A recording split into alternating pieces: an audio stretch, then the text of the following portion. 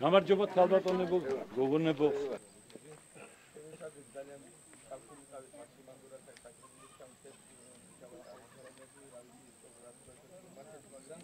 ეკეთებდა იმ სტადიონებს, სკოლებს, ეკლესიებს, არ ჩანდა ეს ადამიანი, მანამდე და ყველაფერს ამში ვიღაცა სამსახურს დაჭარჯავს, ასე შემდეგ და ასე შემდეგ. ვინც პირნათლად ემსახურება თავის საქმეს, ვინც არის ეს პედაგოგია. აქ იქნება კიდე სხვადასხვა კითხვები გაიცნობით და იმედი მაქვს, რომ ვეჭი და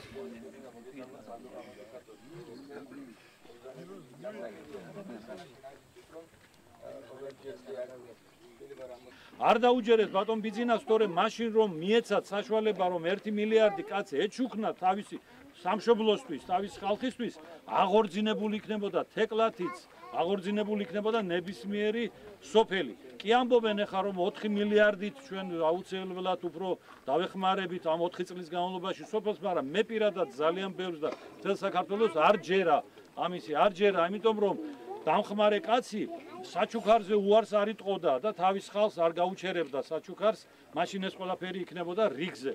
80 წელს მოუახლოვდი ადამიანი. ხოდა. აპიროსის ფულს წიწილი უნდა გაკიდო, ცოლმა და ისე და ამ ივანიშვილმა ამ ძილი ფული სად გაახერხა რომ მე მილიონობით რომ ჩუქნის მაგი მაგრე. აი რა საინტერესოა. ახლა რა ჩობა მაგ. ახლა მართალია, იმან იშობა ეს ფული. იმან იშობა და მაგჩუქებს.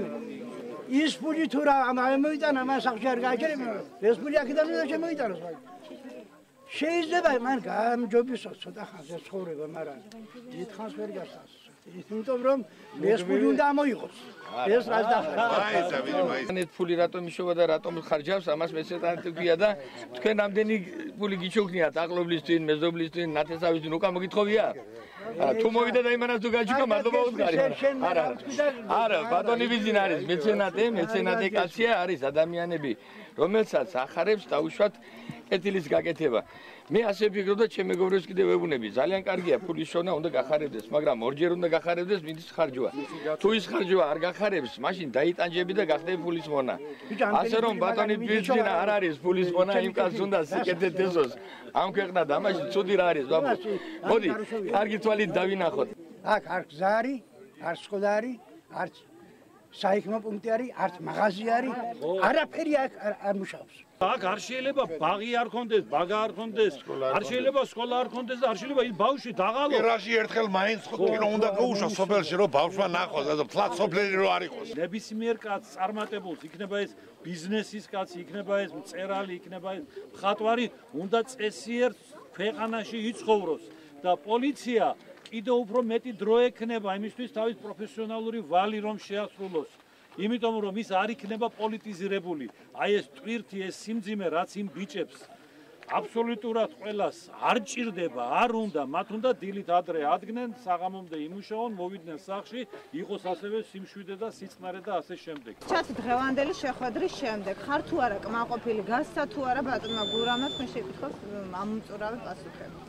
მე მინდა გითხრათ რომ ბატონი გურამი არის ძალიან დადებითი პიროვნება პირველ რიგში, ახლა პირველი შეხვედრისაც რაც შედარებით დამჭა და განათლებული ადამიანია, ეთყობა ბატონი მურადის გადმოცემით ვიცით რომ არის უაღრესად პატრიოტული ადამიანი, რაც ძალიან მნიშვნელოვანია დეპუტატობის კანდიდატისთვის და მართალი ადამიანი, რაც კიდე უფრო მნიშვნელოვანია ალბათ, იმიტომ რომ ჩვენ თითქმის მივეჩვიეთ ტყუილებს, თითქმის სიმართლე და ტყუილი არეულია ის ერთმანეთში რომ ხალხი ისია დაბნეული რომ ვერ არჩევს და იმ დონეზე მთლად არა ვართ მისული რომ არ გავარჩიოთ, ვარჩევთ, ძალიან კარგად არჩევს ხალხი, მაგრამ ძალიან დაბნეულიც არის, იმიტომ რომ ძალიან შეურაცხყოფილია ხალხი ამდენი ტყუილებით, ამდენი დაპირებებით, ამდენი სისრუით, რომლებიც მას ღებულობენ როგორც იმ ადამიანს, რომელსაც შეუძლია მათთან